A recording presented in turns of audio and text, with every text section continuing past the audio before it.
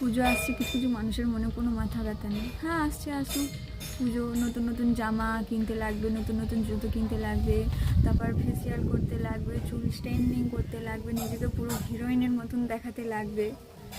এই বিষয়গুলো নিয়ে যাদের কোনো মাথা ব্যথা নেই, যাদের কোনো চিন্তা ভাবনা নেই, তোমরা কি ভাবছো নিজেকে নিজে যে তোমরা বড় হয়ে গেছো, বুঝতে শিখে গেছো, নিজেদের মধ্যে ম্যাচুরিটি এসে গেছে? আসলে এটা না, এটা সম্পূর্ণ ভুল ধারণা। আসল ব্যাপারটা হচ্ছে তোমাদের কাছে টাকা নেই, যেমন আমার কাছেও টাকা নেই। ওই জন্য আমারও পুজো নিয়ে কোনো মাথা ব্যথাও নেই, কোনো চিন্তা ভাবনাও নেই। পুজো নিয়ে তো আমার কোনো মাথা ব্যথাই নেই। আমাকে জামা দিলে দিল, না দিলে না দিল। আর টাকা না থাকলে না এগুলো নিয়ে কোনো চিন্তা ভাবনাও থাকে না, আর মাথা ব্যথাও থাকে না। পুজো আসার দরকার আসছে, পুজো যখন শেষ হয়ে যাবে পুজো আবার চলেও যাবে।